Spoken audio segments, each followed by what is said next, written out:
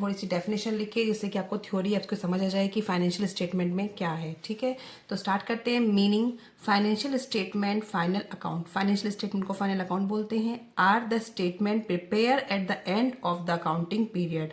ये जो final account है वो कब प्रिपेयर किया जाता है? And of the accounting period. Accounting period हमारा क्या है? 1 अप्रैल टू 31 मार्च। 31 मार्च को जब एंड होने वाला था तब हम क्या बनाते हैं? Final account. To determine the financial performance, जो भी फाइनेंशियल परफॉर्मेंस हुई है उनको हम लास्ट में बनाते हैं। प्रॉफिट अर्न और loss incurred during to accounting period and also the financial position.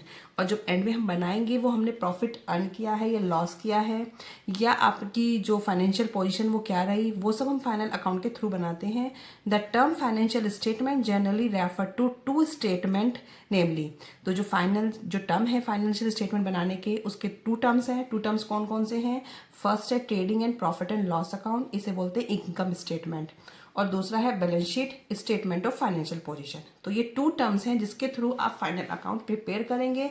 ठीक है, तो trading and profit and loss account को हम इनकम स्टेटमेंट के थ्रू बोलते हैं और बैलेंस शीट को statement of financial position.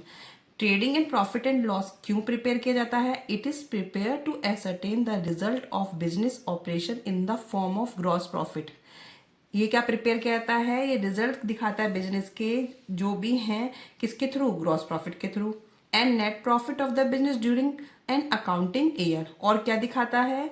Net profit जो भी बिजनेस का हुआ है वो अकाउंटिंग ईयर में कितना हुआ है, वो प्रॉफिट एंड लॉस के through.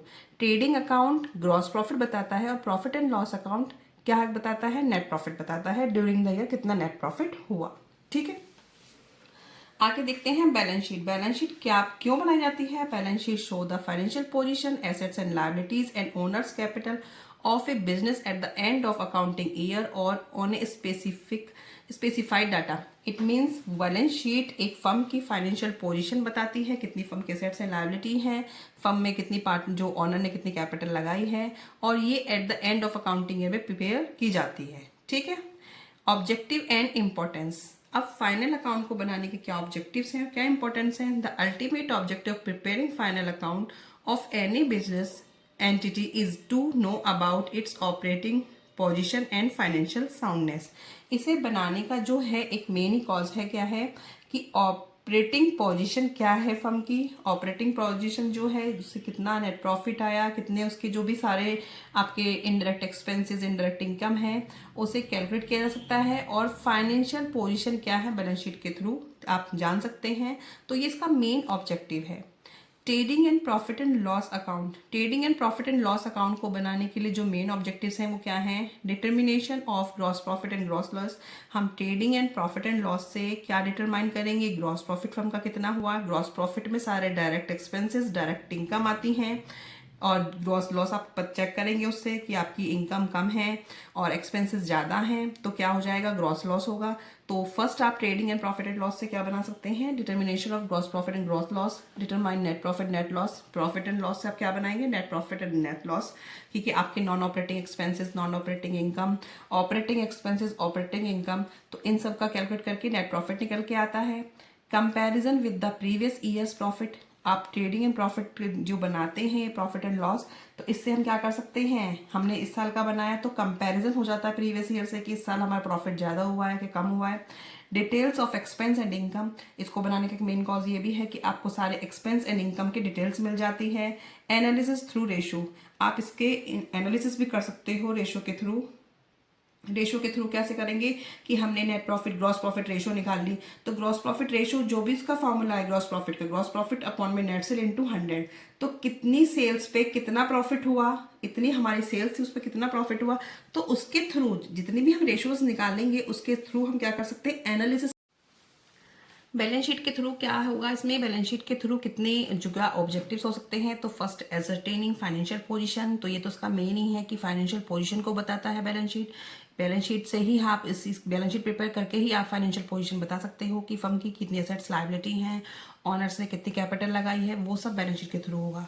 Determining solvency position. Solvency position means कितनी आपकी लॉन्ग टर्म डेब्ट्स है जिससे कि आप अपनी लायबिलिटीज का पेमेंट कर सकते हैं। तो आपकी जो बिजनेस है वो कितने डेट्स को स्टेबल कर सकता है, तो ये आपका कौन बताता है? बैलेंस शीट के थ्रू ही पता चलता है।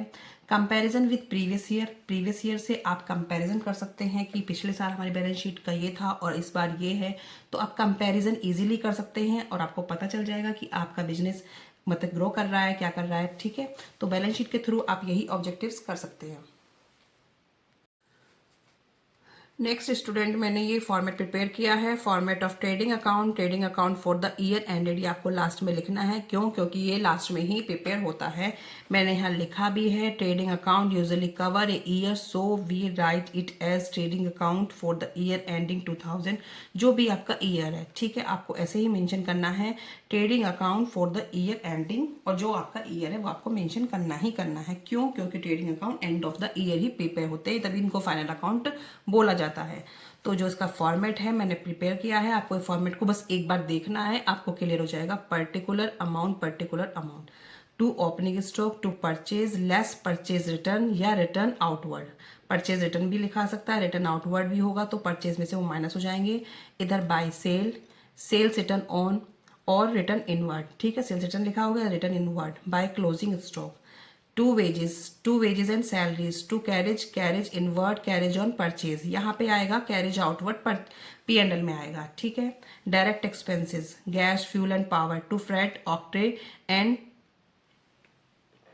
Cartridge, to manufacturing expense, productive expense, to custom import duty, to dock clearing charges, to excise duty, to factory rent and lighting, to other direct charges, to royalties, to gross profit।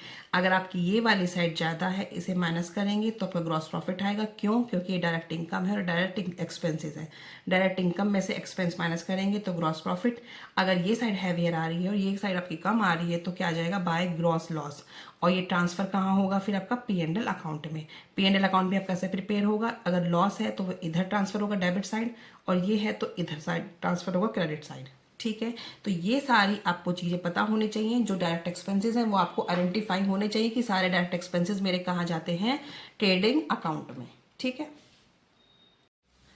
अभी जो मैंने format बनाया है इसका trading का, तो उसकी अगर हमको एंट्री पास करने को आ जाए, क्लोजिंग एंट्री पास करनी है, तो वो किस तरीके से करेंगे?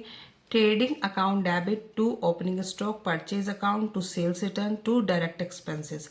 इट मीन्स जो भी आपने ट्रेडिंग अकाउंट में सारी चीज़ें डेबिट की थी तो ट्रेडिंग को डेबिट करेंगे, और सारी एंट्रीज जो सारी थी उनको आप क्या कर देंगे? अपोजिट साइड रखेंगे। मेन आपका ट्रेडिंग अकाउंट है, ट्रेडिंग अकाउंट डेबिट होना चाहिए, और उसके अपोजिट कर देंगे सारी की सारी जो भी आपकी थी ओपनिंग स्टॉक, ये सब डेबिट साइड में आए थे। आए किसके थे? ट्रेडिंग अकाउंट के। इसलिए ट्रेडिंग अकाउंट को डेबिट रखना है, बाकी सब जैसे आप लेजर में पोस्टिंग करते हैं वैसे ही। ऐसे ही अब सारी आपकी है। अगर ये क्लोजिंग एंट्री में आ जाए तो आपको इस तरीके से डालना है, ठीक है। फिर उसके बाद आप नरेशन डालेंगे, goods accounts are direct expenses transfer to trading account. अब जो आपकी क्रेडिट साइड की आइटम थी तो ट्रेडिंग अकाउंट की क्रेडिट साइड में आई थी, ट्रेडिंग अकाउंट क्रेडिट हो जाएगा, और बाकी की चीज़ों को आप क्या कर दोगे? डेबिट करोगे। और sales and purchase return account transfer to trading account. फिर आपकी क्लोजिंग स्टॉक की जो एंट्री है वो आपकी पहले भी आ चुकी है जनरल एंट्रीज में।